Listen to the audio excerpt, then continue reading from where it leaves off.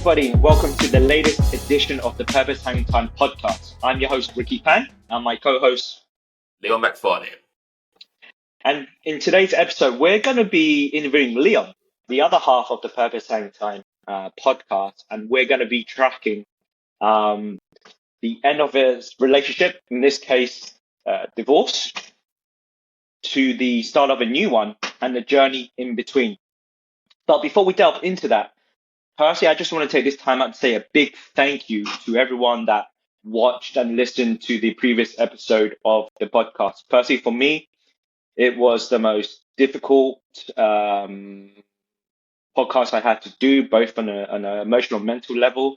But the response from you guys has been overwhelming, and I really, from the bottom of my heart, can't say thank you enough for supporting us, and that podcast, that episode has just been therapy for me. But yeah, enough about me. Let's delve into kind of Leon's journey. And firstly, I guess let's take it back and start from the time that you officially filed for divorce. That would have been in April 2021, right, Leon? Yes, that's right. So I filed for divorce. Well, actually, fun enough, it's an interesting situation because the separation, because we'll start off with the separation and then we'll go into the divorce. The separation and the moving away from my ex-wife, my ex-partner, was in March 2021. Everything had already been said and done. In my mind, the lines had been crossed, and it's, you know what? I remember telling myself once, or whilst packing and moving my stuff from North London, it's going to be difficult. It's going to be hard. Putting all my stuff away. We already talked about separation and divorce, and I had to move back to the family home. So I moved everything with the idea of, okay, now you need to sort out the legalities for what essentially was my hopes and dreams dashed, which is the best way of putting it. So yeah, I started legalities in April 2021, which started off with a separation. That was the agreement that I had with my ex-wife. And while that was a very convoluted journey within itself of emotion, of disappointment, hopes and dreams dashed, as I said before, a part of it also garnered some relief from everything that was going on. It was a hard 3 years of being engaged, of being married. And yeah, it was a difficult journey. So when my separation legalities kept being pushed back, and then she decided herself, you know what, I'm going to go through the proper mediums, actually get a solicitor, and let's do this properly. I remember getting that email, June 2021. Getting an email. I remember I think I had the day off because I already knew it was going to be a difficult day. Getting that email essentially saying divorce proceedings have started. Whatever's going on financially, we are going to sort it out. You no longer need to be sending anything to do with separation. This has now been escalated to a divorce process. Right. Yeah. And my thoughts at that particular time, as I said before, the same as before I moved back to South London. But my thoughts were, I've failed. Like, I've literally failed. And now this is an official process where I have failed. I'm disappointed. Yeah. I'm upset. I couldn't make sure that my wife was happy. And yeah, as I said, it was very, very difficult because to be with someone for 7 to 8 years and then having to, I wouldn't say it was the easiest of journeys or the easiest of paths, but to see that journey come to an end was very, very difficult, but it needed to come to an end. And that's probably the most important thing, because I'm not going to slander my ex-wife, because at the end of the day, we had our times and we had our moments, right? We had positive times. We did a lot of travel. We've seen a lot of the world. We had a lot of fun times at the end of the day. A lot of experiences when it came to life. But what was going on with her mentally at that particular time after we got engaged, it was not conducive to a happy and stable relationship.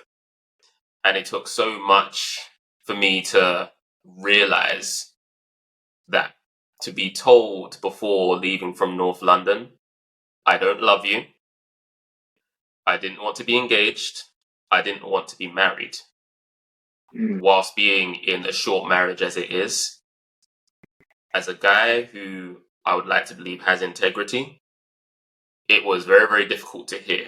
But with the behavior that was going on, such as not coming back home, as you already know, Rix, because you were a part of the whole process and hearing what was going on. Yeah. It felt like relief finally having the legalities of divorce actually moving forwards. So in terms of everything in a nutshell, that is how I felt. It was obviously, as I said, the fear, it was the disappointment, it was the failure. And if I'm going to fail at marriage, that means I'm going to fail at relationships in the future, right? Hence the reason why with this episode, we're focusing on that space in between. Because if you have this mindset after being divorced, and this is before the actual everything is signed on the dotted line, as in things actually complete, how do you then trust yourself when it comes to relationships if you know that you've made such I wouldn't say a mistake, because I don't see my marriage, I didn't see my marriage as a mistake, and I didn't see my relationship with this person as a mistake. I see it as a learning lesson, a learning point. But if you go through all these things and it ended up in divorce, who's to say that the next relationship or the next connection with anyone is going to be solid?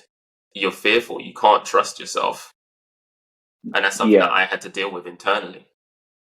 Yeah, and that's so true. Especially with a relationship like that, what you had to go through, the trials and tribulations. It will break a lot of people, honestly, and there's always going to be a little bit of scar tissue there. So I totally understand that, and I'm sure many of our listeners who've went through similar stuff with their partners, even though it may not be divorce or go through any troubled waters in a relationship, I think they could totally relate and understand to that. So you mentioned kind of like the submitting the or starting the legal proceedings in April 2021. When did you finally get that official word saying, okay, this divorce is finalized, it's done now? Because I'm sure, not that I've went through it before, but I'm sure filing for divorce is a lengthy process, not only from a legal standpoint, but emotionally and mentally. But when did you kind of have that official stamp saying, okay, this marriage is finished now. Now I'm officially a free man, so to speak. Yeah. So the official stamp when it came to the dissolution of marriage, so the finalization of divorce, was March/April 2022.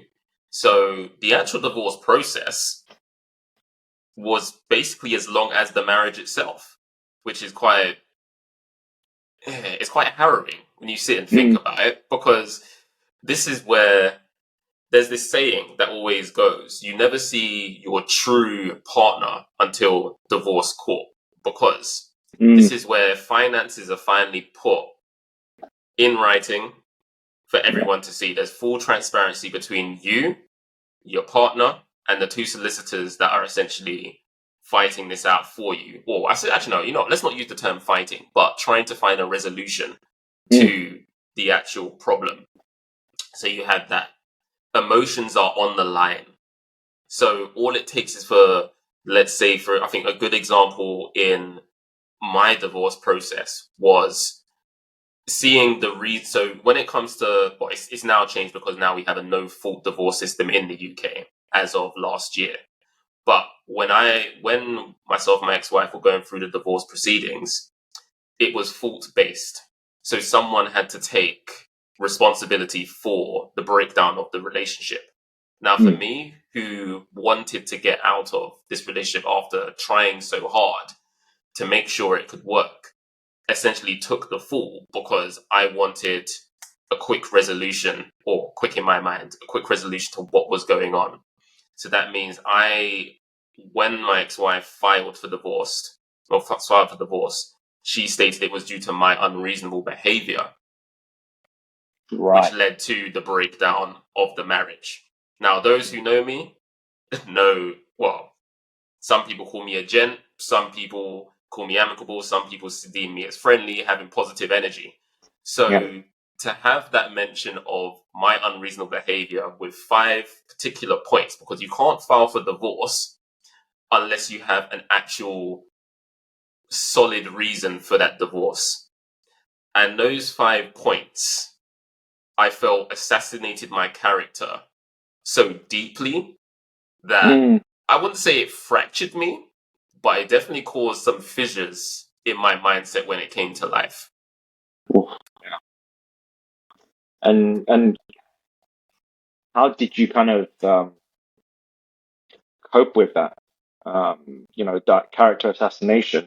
I mean, no one Mm-hmm. likes to hear, um, especially those 5 points, basically telling you Mm. that it's all your fault. How do you deal with that, like on a mental and emotional level? So for me, I guess the other thing to point out during this time was that my dad did pass away that January. So I had to deal with 2 major losses in my life, which made it made everything even more difficult. I know I use the term difficult a lot in here, but it can break a person. But in terms of the way how I had to deal with it, so let's go back to that quote I said to myself when I left from North London, and that was, "This is going to be hard, but then you're going to roll with the punches." And that's going back to your lovely quote from the last episode with your interview, where we were talking about the Rocky Balboa quote, Mm. where life's going to hit you hard, but then it's how hard do you deal with those punches.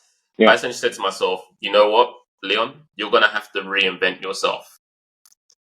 And whether that is physically, going to the gym, making sure that I have an outlet for all of this, whether that is consulting my support network, yourself, plenty of friends that knew both myself and my ex-wife, being transparent and being open, not allowing myself to harbor the negative feelings for too long, because that's Yeah. what essentially would bring that self-sabotage.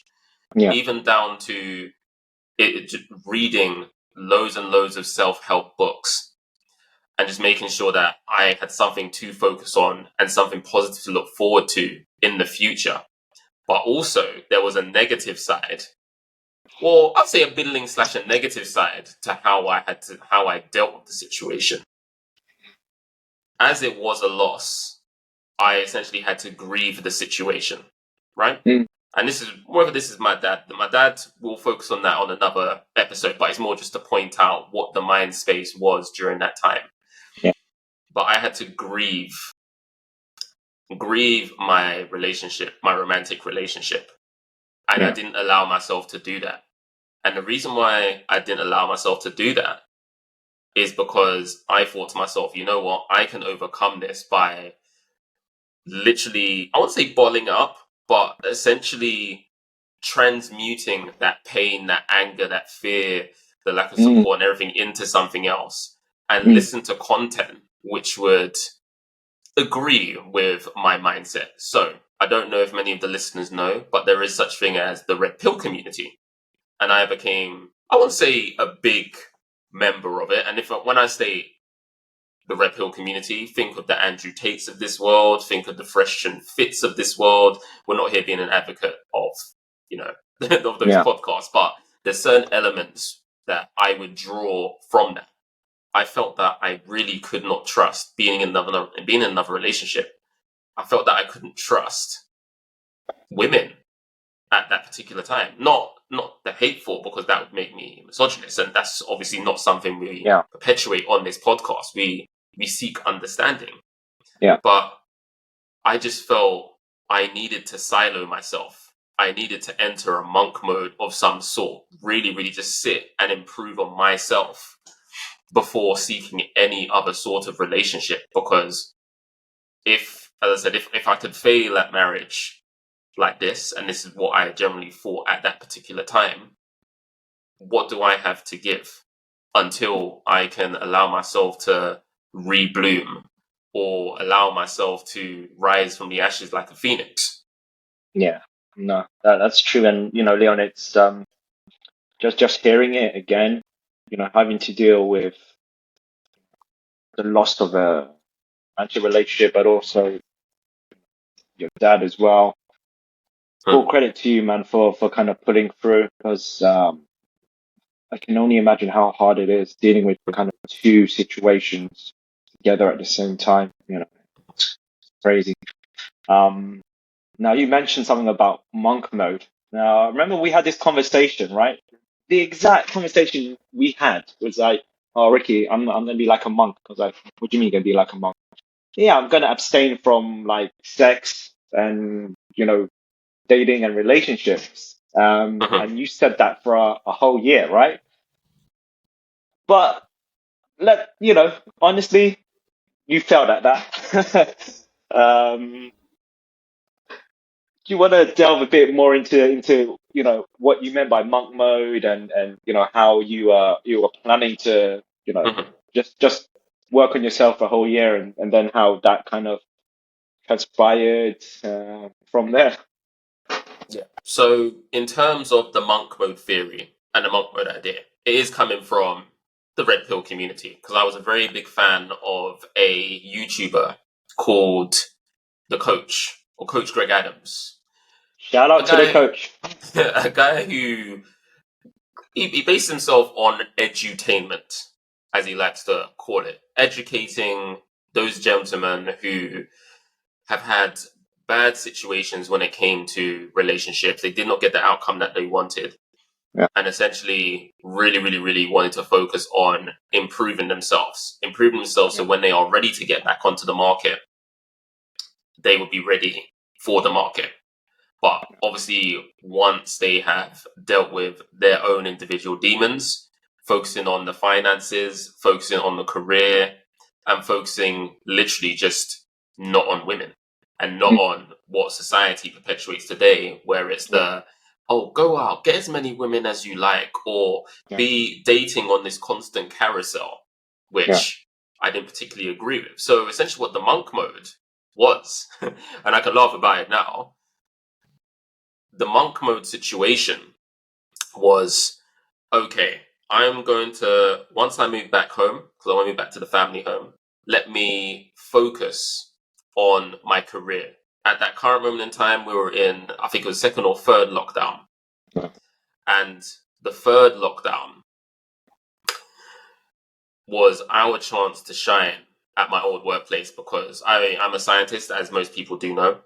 yeah, And with being a scientist, we're working in the COVID-19 field. So it was vaccines, it was a lot of outreach. And for mm, me, one of my passions definitely is it's to have that outreach and to talk, generate, and give the impetus to the next generation of scientists. To me, that is very, very, very important. So with that, that was one of the main pillars of the monk mode. It essentially was focusing on that work, getting my name out there, interviews. I was on a panel interview with the Black academics, which, funnily enough, going into that interview, I was not prepared. Have a check and have a look at it on LinkedIn, and you'll be like, "Oh, this." Well, I mm, love it because it's definitely a learning point. It was definitely a way for me to really, really push myself out there, which I thought was very, very important for exposure and for myself whilst mm, going through such a difficult time. Just having something that was positive to look at and having a goal, I found was very, very important for me to move forward during that yeah, time and during my monk mode time. The second side was finances, is making sure that I wasn't expending on nonsense. Basically, a yeah, wedding is not cheap. Divorce is not cheap. Solicitors are not cheap.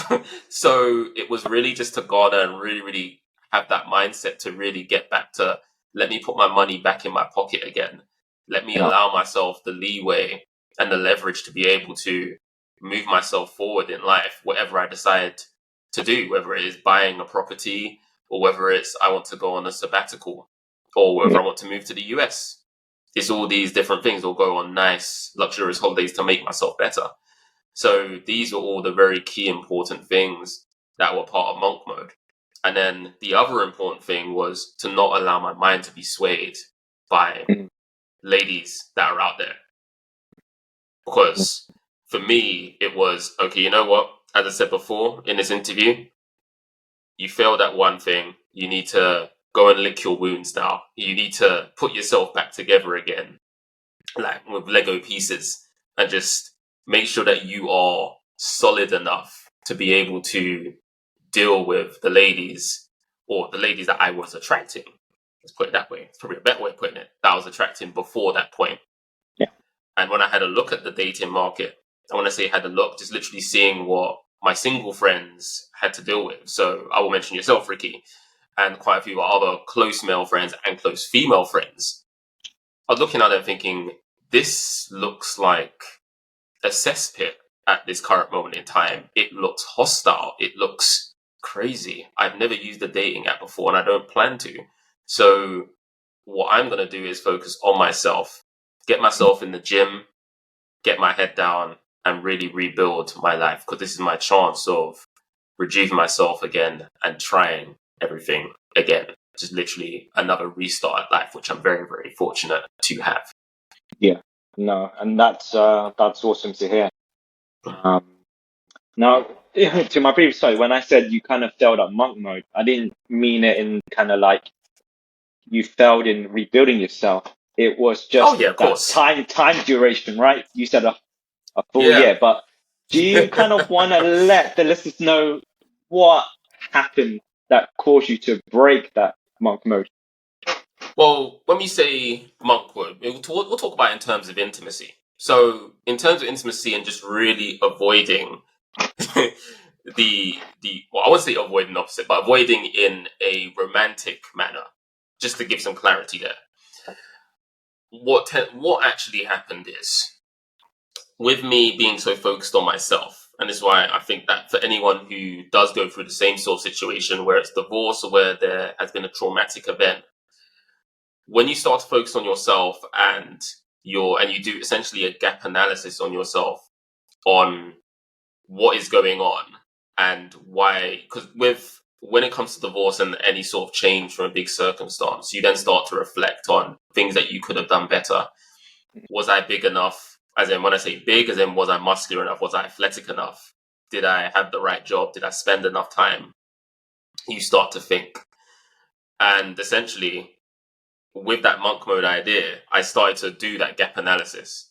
And I wouldn't say the residual effect. The effect of doing that then means that you become, I wouldn't say a high value target, but then you become very attractive to certain individuals, right?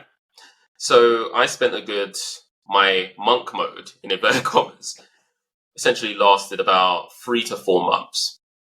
It's up until my 31st birthday, so we're talking about July 2021.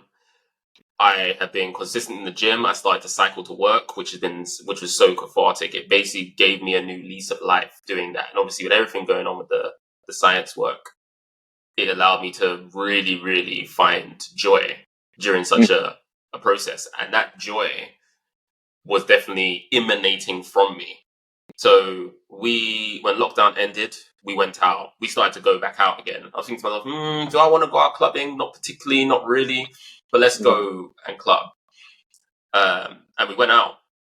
And what I noticed that the landscape was very, very different. I was starting to attract a lot of ladies whilst being out there, not having to actually go and talk to ladies, but I could go out, and then it just felt that I was emanating some sort of, I wouldn't say pheromone, but people, when I would discuss and talk about what's going on in life and what's going on in my life, it just seemed so positive to the opposite sex, for those who actually were looking for some sort of relationship, or those who were just interested in, what would I call it? Not a relationship, but I'd call it not a friendship, a situationship. Relationship, yeah. We'll call it that. So I found myself in a completely new world. I was thinking to myself, being a man going through divorce, and yet again, just to reiterate, listeners, watchers, community, my relationship was over. My relationship was completely over. Divorce was definitely on the table and it was going in that direction. So, me explaining that story to others I was expecting it to be seen as a negative, but it was not in terms of the opposite sex. It was actually seen as a positive. It was seen as a benefit. I was seen as a man who committed, was unlucky in love, and essentially knew where he wanted to go.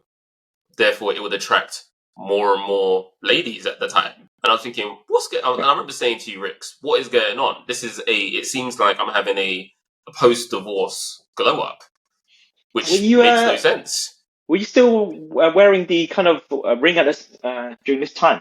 Can't remember. No. So once everything had gone through, I want to say gone through. Once we started proceedings, I made sure the ring was off. It was kept in a drawer because it was too painful to carry that ring.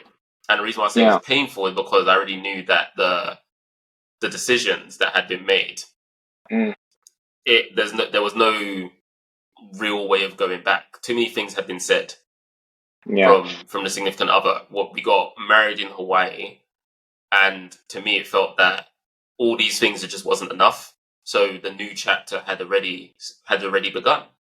And it was just to get the official signing off to say this had now been complete, sorted. So going back to that post-divorce glow up again. Yeah, because I started to dress differently, there was just a different energy I was giving.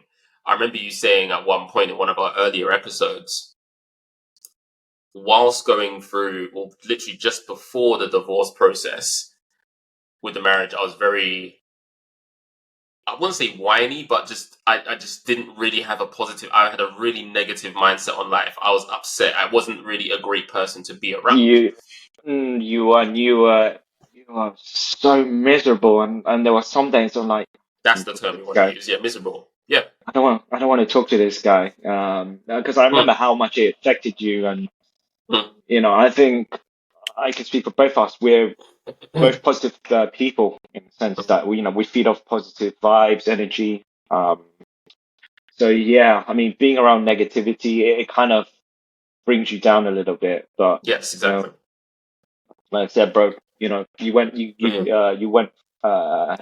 it, you got through it, and you mentioned the kind of post-divorce glow up. I think it's interesting just to kind of delve a bit more deep into the kind of psychology behind it. I think you mentioned before you were seen as a catch because you actually, even though you were divorced, and I think in a woman's mind they were like, well, obviously he's a guy that's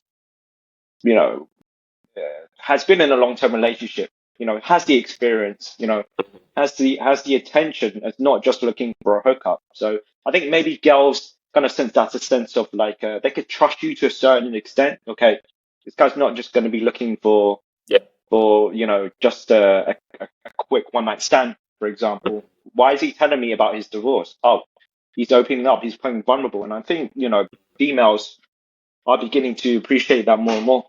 Yeah, I definitely believe it was the transparency. So that plus a leather jacket. Because as soon as I put on that leather jacket, and I'm sure many people have seen this leather jacket. If you know me personally, I know the stories behind it. Yeah, that's what people knew. Okay, this is a new Leon. This is someone he's changed. What's going on? So so I guess that would lead me on to, I guess the first instance of romance. We'll just call her Miss R for now, right? So the first instance of romance where it's a very important point, a very significant point when we talk about the space in between the ending of my long-term relationship and the starting of a new great relationship. With Miss R, it was a very big point where the fact that she was so attracted to me, but in terms of the wanting factor from either sides, the attracting factor on either sides, I realized, you know what? This lady is not for me. and if this is representative of what is going on in the dating market at this current moment in time, the attraction factor from my side is not particularly high. Yes, I now garner, I can attract others and have options, but let me not string this person along. Even if I was to be in a relationship with this person, even though she's definitely not ready, coming from a more, would I say a more not senior, a more veteran sense in terms of relationships, because audience, as you probably already know, yet again, I've been in relationships since the age of 18. So it's only been 2 relationships, but they've been long-term relationships. So in terms of my experience, you can generally see who has not been in a relationship before or who has been in multiple short-term relationships. And you can start to, from that behavior, you can then say, you know what, I'm okay. So divorce proceedings had already started to go all the way, well, near more at the end part. It was more just the lag phase at the end of just decisions from the solicitors to get everything finalized. This was my first dalliance with romance, and I essentially realized it wasn't for me. I wasn't ready. One, or I didn't feel I was ready. And this person definitely was not ready. And yeah, it wasn't what I was looking for. And it's the first time, I think, for me as a man, I had low self-esteem when I was younger in my original relationships. It showed that I was at a turning point where my self-esteem was high. I was successful. I was achieving. This person who was there, like, good friend at the time, but yeah, it wasn't for me. And this is where, yet again, the monk mode was still there, essentially. There was a slight bit of intimacy, but it wasn't for me, and it wasn't going to go anywhere. And I was very, very stubborn with that mindset of, this is not going to go anywhere, and no lady's going to take me off this path of full monk mode and not being in a relationship. Sorry, and it's not going to take me off the path of not being in a relationship, exactly. Until one special lady came along, and we are here now. After what, we're in 2023, November 2023, and it's been, yet again, it's been a journey, but a serendipitous journey. And yeah, looking back at myself then, if I continue to be in that monk mode and just essentially say, you know what, no, I still don't want relationships, I still don't want this, where would we be now? Well, we wouldn't be in a relationship. So yeah. I mean, it's funny hearing that, because there's the old cliche saying, it comes when you least expect it, right? So now transitioning to this new relationship you had with your partner, just kind of take us through the story of how you guys met. I'm pretty sure the leather jacket you mentioned has something to do with it, right? Yes, so the leather jacket is the MacGuffin in this story. It's a constant feature throughout this whole period in time, and I'm so thankful for that leather jacket and the situation that ensued. As I tell this story, I can already see in my head where my current partner will tell me that is not how the story went. It actually was this way around and this and that. But I'll go with what I remember at that particular time. So yet again, we're going back to July 2021, right? So yet again, listeners, to point out and make sure that it is clear, the relationship that I had with my ex-wife was over, going through that divorce process, right? So that already was off in that sense. And I was happy to be friendly with ladies. That's perfectly fine. I want to say friendly, that is only platonic relationships. So my mindset was always on platonic. So, fun enough, the same place where we met, or where I met Miss R. We went out for another night out. I think this was 2 weeks later on. And the same leather jacket, the MacGuffin in the story, came along with me, right? So during that night, I actually drank quite a lot, to the point where I didn't black out, but I just didn't remember certain instances of what was going on. Dark nightclub, I'm sure you get the gist, right? So during that night out, put my leather jacket down in a bunch of jackets. And let's say 2-3 hours went past. I don't know whether I removed myself from the club, or I don't know whether it was security who removed me out of the club. That is something that we will never know, right? But in my haste, I picked up a leather jacket from the bunch of coats, right? And from that, I just kept that leather jacket on. And it was only until, let's say, pardon me, the journey back home where I realized, hold on, this jacket feels a bit thin. What is going on? And it doesn't particularly fit me correctly. And then I realized it was a female leather jacket. And even to this day, I was just thinking, oh no, Rare Nephews yet again. This is not sponsorship for Rare Nephews, but they are a proponent. Them plus Jack Jones, who's the manufacturer of the jacket, the leather jacket. They are the ones that essentially started up everything. So I got back home. Now, in my leather jacket, my actual leather jacket, it had my keys, it had my cards, credit cards, debit cards.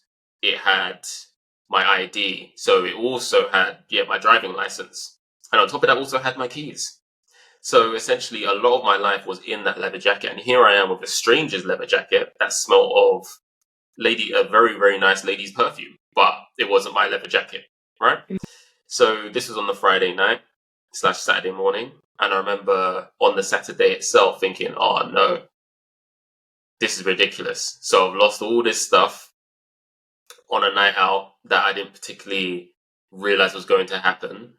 What is actually going to happen now? How are we going to I was thinking to myself, the jacket couldn't have, well, no one spent any money from my account. So that's good. So it must be in safe hands. So I decided to go back to that specific club, ask, has anything been posted into Lost and Found? And there was nothing put into Lost and Found. And I was thinking, okay, this must be in a safe place because nothing has happened to any of my accounts. Yeah, nothing has happened. Everything seems normal. Obviously, you have that slight worry whenever you lose anything. You always have that slight worry when it comes to anything that has been lost of value. Yeah. So I thought, you know what? Let me wait it out until Sunday before I cancel any cards, or Sunday / Monday before I cancel any cards, because I'm sure this will find out. My gut was telling me, you know what? This is in a safe place, and it has to be in a safe place. So the Sunday night comes along. I get a mysterious Facebook ad from someone who I've never met before, called Gabrielle Ferguson. I was thinking, this is interesting, because normally on Facebook, you'll be pushed forwards with, people who you may know, or some people may add you and you don't know particularly who they are. Yeah. And you just wouldn't add them. But I had this gut feeling that was telling me, this is your jacket, and this is all your goods basically coming back to you, and this person has it. So I added the lady, and we had a brief talk, and she essentially asked, am I Leon McFarlane? So if those of you if you don't know, if you were to search my name into Google, there are 3 Leon McFarlanes. There's one that works for Disney as a videographer, or used to work for Disney. And then there's another one, don't remember what he does, but there's 3 on there. So she managed to find me, and then we organized a meet to do the transferring of goods, because obviously I needed to give her back her leather jacket, and I needed to take back my leather jacket with all my goods. And I'm thankful to this day that she could have committed identity fraud, because on my actual, again, as we know, when it comes to a driving license, it has your registered address on there.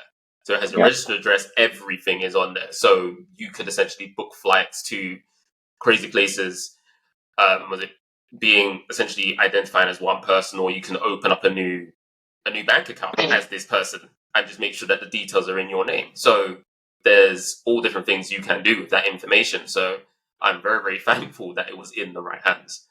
So met up with her on that Monday after. I remember cycling back from work, essentially met her at Clapham Junction.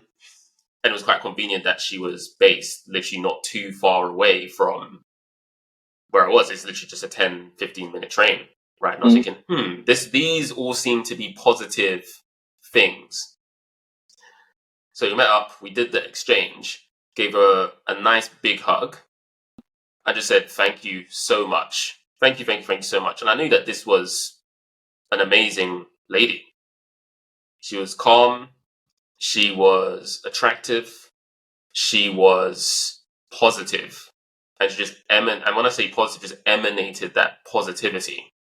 Now, from then, again, I wasn't looking to date because I was going through my situation, just waiting for the T's to be crossed and the I's to be dotted. Mm. But I was thinking, there may be something special about this person. And she spoke quite eloquently as well. So I said, you know what, let's meet up for some coffee after work. As a big thank you for bringing back my goods, because at the end of the day, as I said before, she could have committed identity fraud. There's a lot of things that could have happened. Just to add to that point, I remember when you told me this story, and it's like, oh yeah, I'm meeting this girl for coffee, and I said, remember I said to you, dude, it's a date, and you said, no, it's not a flipping date, it's a date. And the thing is, a lot of others also pointed this out as well. So we have a good friend. Well, I have a good friend, Natalie, who, when I explained to her, and shout out to Natalie because she's been a big support during the whole process as well when it came to this. She was saying, well, if you're going for a coffee with a lady as a thank you, you are aware there's no coffee. You can't get coffee after 7 p.m. I'm like, I'll find somewhere where they make coffee at 7 p.m. Yeah. Obviously, it's completely correct. So with that, and then also another friend said that it also sounded like it sounded like a fairy tale or a fantasy or the start of something amazing and special. And I remember saying to this friend, you need to be quiet. You're talking too much. And that is my friend Ephraim. Big up to Ephraim as well. I know he's one of the listeners on this podcast.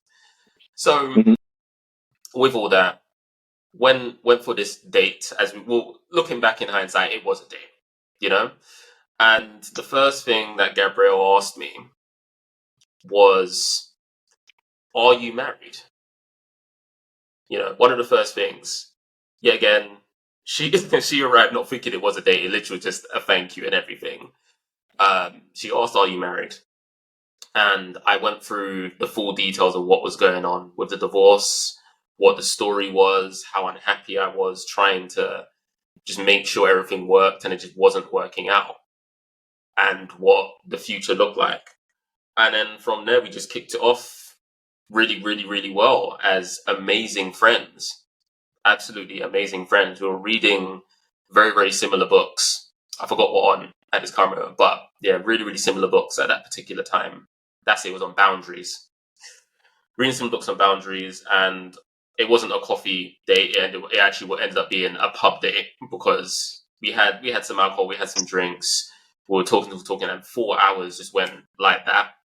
And from then, essentially, we set up another meetup where I taught her how to ride a bike in Battersea Park, which is really, really good. And we were just talking absolutely every day for such a long period of time. And it was such a massive shift and a massive change. And it was refreshing from my previous relationship. And I felt supported. But then at the same time, in the back of my mind, it was always I already failed at one relationship. I'm not ready for another relationship. The signs that Gabrielle is attracted to me are all there. I ignored them for a certain amount of time. And, it was obviously getting to a point where it was difficult to ignore, because I obviously was attracted to her as well. And as much as we both agreed that I stole her leather jacket, maybe with, when it comes to the inherent built-in, you never know. I'm sure I probably saw her during the night and probably planned it and instigated it. You never know, right? But it's a lovely story. As in that part, just having that connection with someone who essentially is on the same page as you, understands the difficult situation you're going through, and is willing to give you that support. That's as a friend. So with that transition from friend to essentially being my partner, it was quite seamless because it was more of the same thing, but we fully committed to each other. And for me, it was more me. The issues were more with me trying to commit in that sense. And when I say commit, we're not saying I had other options on the side. No, not at all. Mm. But it was me understanding where I was in terms of mindset and realizing that she's not a threat. You mentioned, Leon, you start off as amazing friends first, and then you became partners. Was there one specific moment? Because you just said that you were kind of deliberately ignoring the signs that she was attracted to you and stuff. Subconsciously, you knew it.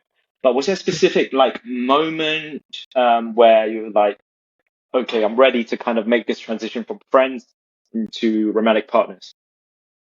I would say yes and no. And the reason why that's a difficult question to answer is because in myself, the the morality and the mindset of I'm still going through this divorce process. I Mm. wanted it to be official. I didn't want her to be seen as the person who came straight and directly after. Mm. I'm not having to sit and think about, okay, am I ready to be in a relationship? And obviously, when it came to all the different hardships that year, dad passing, moving, literally upturning my life completely. So moving from North London back to South, Yeah. it was difficult to know when that time particularly was. But I knew I was attracted to her after having that first conversation. Well, that meetup and doing the exchange of the jackets and the goods. I knew I was attracted to her in terms of when it came to the pub chat because we were, as I said, talking about books, talking every day. And normally when it does come to relationships, to have that good relationship, having that communication always has been the main thing. And I already knew that she was fun but serious about life when it came to learning how to ride that bike in Battersea Park as well. That was a really, really great day. And I think because all the experiences were positive, her understanding how difficult life was during the time as well. I think if I was to pick a time, is when I stayed over at hers the second time. No, not the second time. The first time around, Mm. where her friend, we met up for an actual. I wouldn't say, yeah, again. Okay, no, let's just use the common term date because it makes it more. Yeah. It makes it more clear in Yeah. terms of everything that's going on. It was more my muddied mind that didn't make it think it was a date, right? So the third day where we went axe throwing, and she asked me straight up front, "Do you find me attractive?" And I was like, "Yeah." And then I think it was then when I thought to myself, you know what, the seeds had already been sown in Yeah. terms of my attraction and my commitment to you. My commitment to you is of a boyfriend's level of commitment. I care for you so much as a friend. I'm happy to move towards that direction, but I'm scared. And I think that's Mm. ultimately the main thing. I was absolutely frightened, Mm. frightened out of my mind to say, yes, I will be your boyfriend because Yeah. the trauma from before. And on top of that, I guess the next point to really, really discuss is all the different nuggets of information that I was getting from friends, from family, which can act as a double-edged sword, and from the red pill as well. It can act as a very big double-edged sword when it comes to really make a decision of what you want in life romantically. Yeah. So yeah, so again all different types of information. So whilst going through this process, my granddad and my cousin on my dad's side, this is where when I say the lovely side, the human side from my family on that side, they opened up. This is me the first time hearing my granddad talk about his divorce and everything that was going on with my grandma back before and his current partner and how that happened, how that sequence and situation happened. And he was explaining to me how he was fearful as well. So I really managed to resonate and make a connection with my granddad with that, being someone who had been there before. My dad had a partner before my mum, and he went through difficulties during that time. So that's something I could always relate to. And then I also had a cousin who also had been through the same sort of situation where the the information and the advice was make sure your money is kept away, keep it away from the solicitors, tell them it was a loan from a family member. And I remember thinking, I can't do that. That goes against the morals completely. And then obviously I would have other friends stating, oh, I want you to just have fun for now. Yes, you may have met this new person, but I just want you to have fun. Enjoy the single life. But that wasn't me, because I've never really been a part of the single life. And I'm not going to say it's not having integrity, going out and doing what society tells you to do, where it's, okay, you've broken up with someone, now you can go and enjoy the fruits of being sexually liberated. It's not my personality, because I wouldn't put sex and intimacy that high up on the list when I'm single. At the end of the day, having purpose and connection with someone, I see it as on a higher plane than that. And then even, let's say, yourself, because when it came to Gabs and me talking about Gabs and me potentially having a relationship with her, I remember you saying, let's wait a year until I meet up with her, because at the end of the day, let me just make sure that this is a consolidated relationship before I meet up. I know, obviously, I see you smiling like you are right now, because obviously we're here now, 2.5 years later, and she's still there. But yeah, it's a lot of signals that you get once you are out of a relationship and then moving into a new one at a rapid pace. But when something is good for you, and when something has a positive benefit on your life, yeah, you just have to make those decisions, right? And I guess it depends on how easily you are, I wouldn't say swayed by your community, but how easy you pick up someone else's advice and say, you know what, I have to do this or I have to do that. Not all of us have great community networks. And I'm so grateful to have such an amazing network, such as yourself, such as the Crazy People group, which is our St. George's group. My family on my mum's side as well, where everyone had their own specific viewpoints, which I thought, it's at the end of the day, it's completely up to you. But just make sure you take the correct nuggets of information and move forward with some sort of integrity, and at least make sure that decision is for you and not for everyone else. Very, very well put. Very, very well put. And now you mentioned that you and Gabs have been, Jesus, time flies by. 2.5 years now. It's crazy. So kind of just give us like a current update, on how the relationship is going, and kind of like what do you think the future entails for you and Gabs?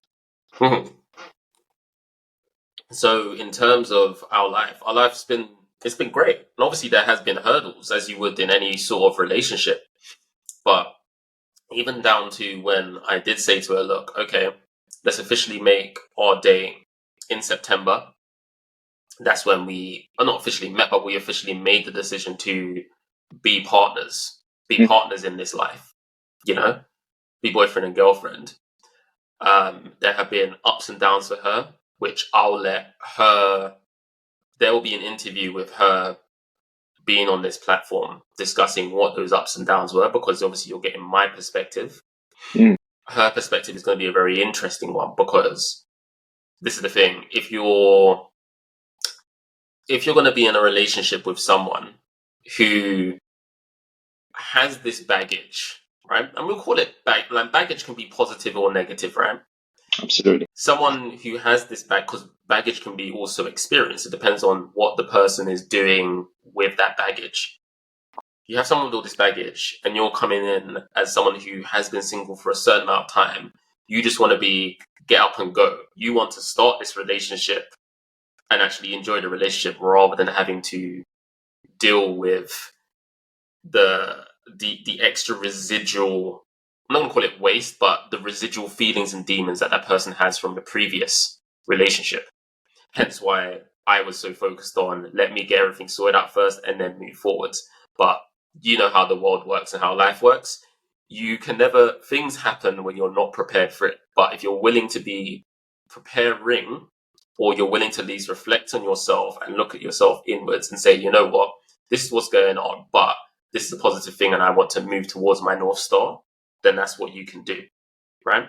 So in terms of the life that we have now, the life's been great because there's certain things that I've definitely had to go and seek counsel for. When I seek counseling, that's actual counseling and therapy, where there's certain things that have been uncovered, such as anxiety towards certain things that happen in a relationship, being on guard, being defensive when it comes to certain situations in our relationship where I've literally just misconstrued the whole situation and have not read it correctly. Yeah. So for me, being in a relationship for 7 years, well, I wouldn't say it's because of the relationship, but me and my personal being, I'm one who in younger years never thought myself to be good enough, right? Had low self-esteem. The first relationship I ever had back in St. George's, that is one where the person who I was dating at the time took advantage of that, one. And two, yeah, again, we both were young, but in that scheme of things, took advantage of that, and it just made me feel worse after the relationship ended. And I moved into the second relationship thinking that, okay, you know what, let me try again after this period of time, but there's still things that hadn't been mended after all of everything that had happened beforehand. Yeah. So low self-esteem, low confidence, all these things. Moving to my relationship with Gabrielle, I had all those things in space, the confidence and everything, but I felt that I had to overcompensate. So that would lead to arguments where I would be stubborn, I would dig my heels in, I would try and read a situation as if I was with the person that was with my ex-wife. Yeah. Two completely different people. So that's something that I had to learn massively, that you can't go into a situation thinking that the reaction from your current partner is going to be the same as your previous partners. Every single relationship is different.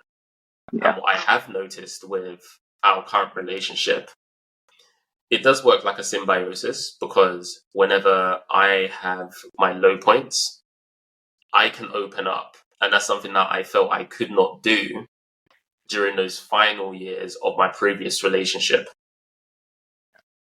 My ex-wife was going through her things mentally.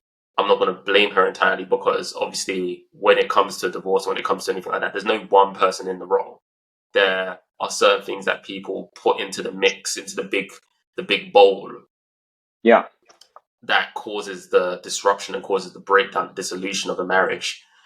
But what I've learned from that is, when it comes to this relationship, being open, being vulnerable, being accountable, having those communication levels. Shout out back to our old Green Flag series. But we always have the reason why that series exists is because of all the experiences that I've had, all the experiences that you've had. And that's what makes this podcast what it is today.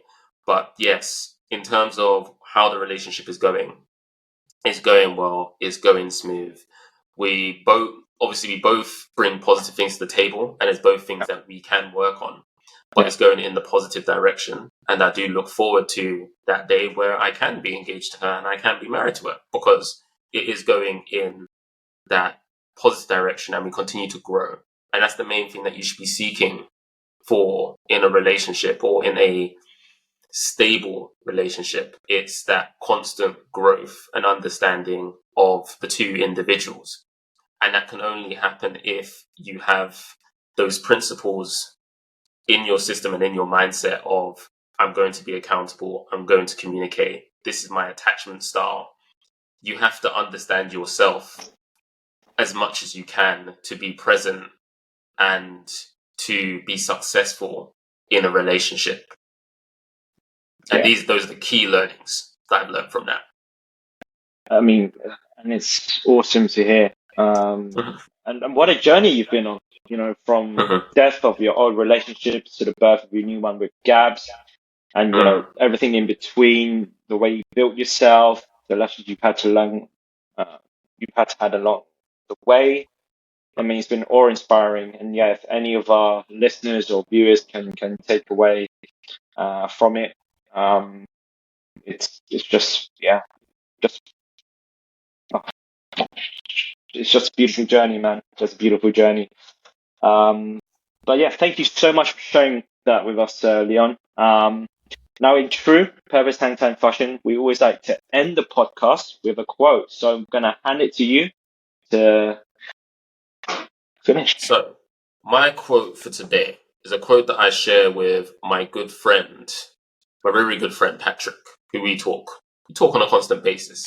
And that is a quote from Franklin D. Roosevelt.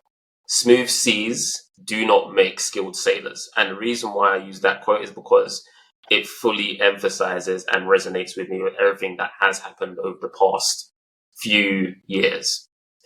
Because if it wasn't for those situations with my ex-wife, it wasn't for my dad passing, if it wasn't for the magical Gabrielle coming into my life, I would not be the person I am today. Wouldn't be the person I am today whatsoever. My ex-wife, me and my journey with her came to an end romantically, but everything that I draw from that experience, despite what was going on in terms of the situation, is that I've seen the world. I have a lot of experience in terms of actually just seeing the world, visiting different cultures, and being able to sit and chat to people about it, be excited about what I've seen in terms of, and it really, really builds the building blocks for my personality. That's one thing. So shout out to her in terms of that, and I hope that she is doing well at the end of the day, because we're not here to put down people. Purpose Hang Time, we're here to elevate and lift people up, right? So that's that part. In terms of my dear dad, which we will probably delve into in another interview episode, because I think that's got some key nuggets of information how to deal with grief. He had left me with a lot of important skills, entrepreneurship, the ability to just hustle and be present in the moment. And as much as it is sad that he's not here today, the things that he left us with as a family, and him being my dad, there was no one better in terms of being a dad. So that's the other thing. In terms of the support network, obviously ups, downs, and everything like that, but they have been there and helped me to be a more skilled sailor. And in terms of career and everything else, yeah, all of this stuff and where I am today wouldn't be because of everything that's happened. And in terms of the positive nuggets and the positivity that Gabrielle brings into my life, yeah, it's one of the reasons why we are here today and why this podcast has actually become a lot more consistent as well, as she is our unofficial creative director. So yes, it'll be good once we get her onto the podcast so we can actually interview her and you can see her as an actual individual explaining her side of this story. So yeah, in good Purpose Hangtime fashion, it's been a great episode. It's been an episode where I have had to take a different role, but yeah, I'm very happy that we managed to put this out there. So thanks, Ricky, for being there for support. Thanks for all the support systems, people who have been highlighted, the people who know they've been important in this this journey, and will continue to deliver what we do on the Purpose Hangtime podcast. Yeah, beautifully said, man. Beautifully said. And with that, yeah, we come to the end of another episode. And as always, people just keep shooting the breeze. Yeah, keep shooting that breeze, and we'll be back with the next episode as soon as possible. So remember to follow on social media, and yep, we shall keep the content flowing. Peace out.